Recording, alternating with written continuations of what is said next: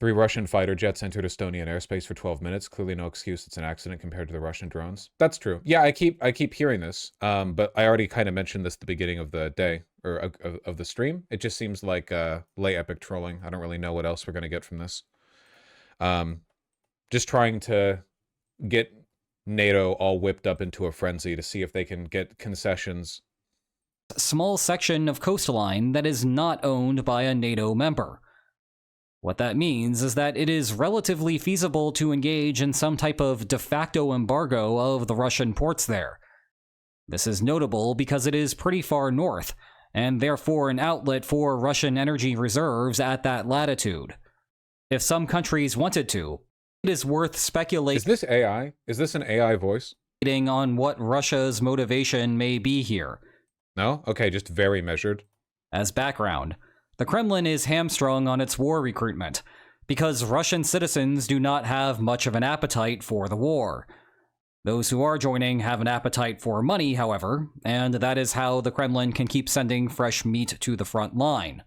Meanwhile, the Kremlin has tried really hard to frame the war in Ukraine as a war against NATO, that NATO is a threat to all Russians, and so all Russians should support the war effort.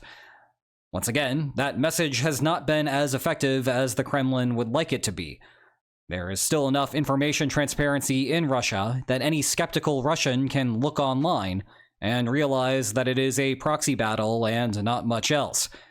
Hence why the Kremlin cannot institute another mass mobilization without causing significant political problems. So, here is a theory. The Kremlin wants one of these planes shot down. The Kremlin will then claim that the plane was innocent of any breach of territory that NATO claims. Instead, this is just a NATO disinformation campaign to hide the real truth, that NATO is an aggressor, and that now is the time for all Russians to support the war effort.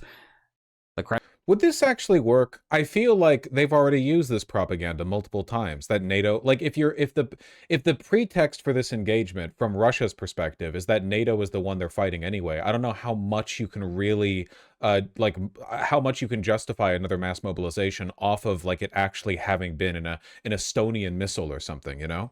I don't know. The goal is to keep European military assets in Europe and out of Ukraine by doing this. I don't think that's true at all. I don't think there's any relationship between the equipment that NATO countries, the air defense they have in their countries versus what they give to Ukraine.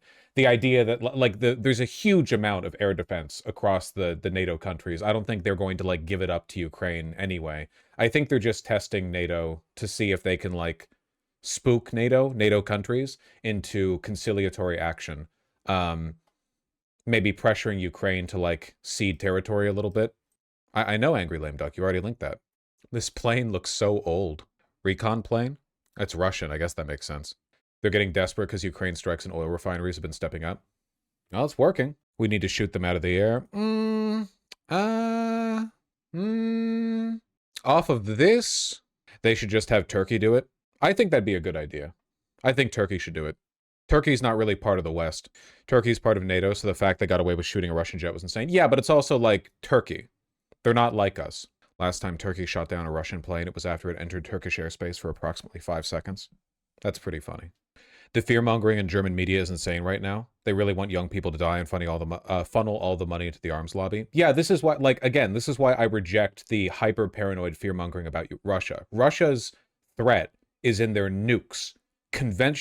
Listen, in a conventional land war, obviously NATO would beat Russia. I don't know why people still act as though that's not the case. Like, Russia poses no threat to Germany in a non-nuclear capacity. None. Literally zero. Russia has been trying in vain to get through Ukraine. They're moving at not even a snail's pace westward. You think they're going to make it through Poland?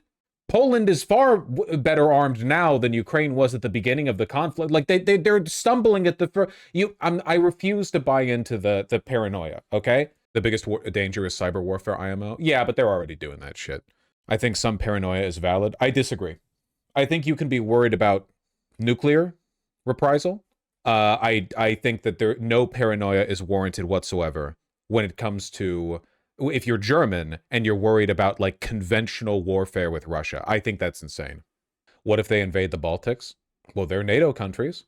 I think if you live in like you know, Estonia or something, you're a little bit more warranted in being paranoid about Russia. The problem with Germany is that its military is having a demographics crisis. Every Western country is old. Nobody's having kids. Honestly, I don't even think the Baltic states would do that badly. Everyone says, like, well, the Baltic states will be mowed over in 10 seconds. I don't know. Would they? It's not the easiest terrain to move through. Not all of it, at least. And Russia's incompetent. They stalled, like, miles out of Kiev. And every Baltic citizen has been, like, cradling their rifle, waiting for Russians to appear along the horizon since 2022. You know? I like that. Like this is a population that is extremely polarized. 1/5 of Estonia is swamp. I don't think it would be mowed over as quickly as people say that it would. Don't forget the Nordic countries are part of NATO. Yeah, Finland's probably not happy. Not as quickly, but it's a genuine concern. Yeah, it's just like people pretend that the Baltic countries would get mowed through in 3 days, and that's just not true, you know? You think Russia wants to get involved in a prolonged ground war with a bunch of tiny NATO countries? I don't think that would benefit them very much.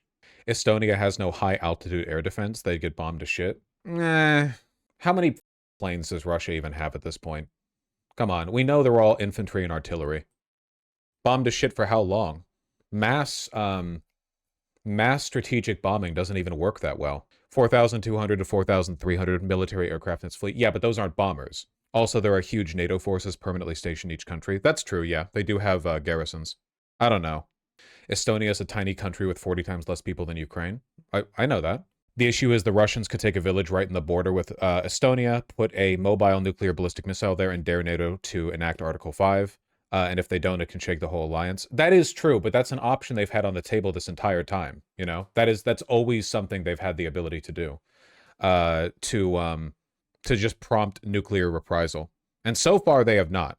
We'll see how long that keeps up, I suppose. Also, it'd be really, like, visible if they started moving towards the Baltic nations. Except the alliance is weaker than ever with Trump.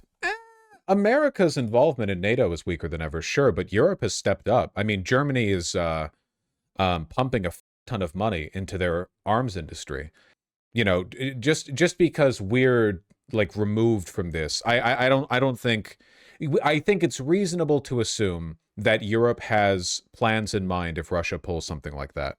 Though I have no idea what plans they have in mind if Russia continues to fly planes over Poland or whatever. Just this week, Russia was doing military exercises with Belarus right in the Polish border. No, yeah, we covered this. But again, it's lay epic troll. They're not going to do, 13,000 people on the Polish border. They'd get vaporized as soon as they crossed over. Like, it's just like, haha, look, we're stronger than we are. 13,000 people doing a shared military exercise is not exactly a, tremendous show of strength. No, we'll see how it goes. The exercises are usually 200,000 troops. This year was 13,000. I guess that tells you all you need to know, right? Moldova. So ugly on the map. Yeah, Transnistria. You really think Russia would cause a nuclear war over Ukraine? No, but I think that's what people are concerned about, right?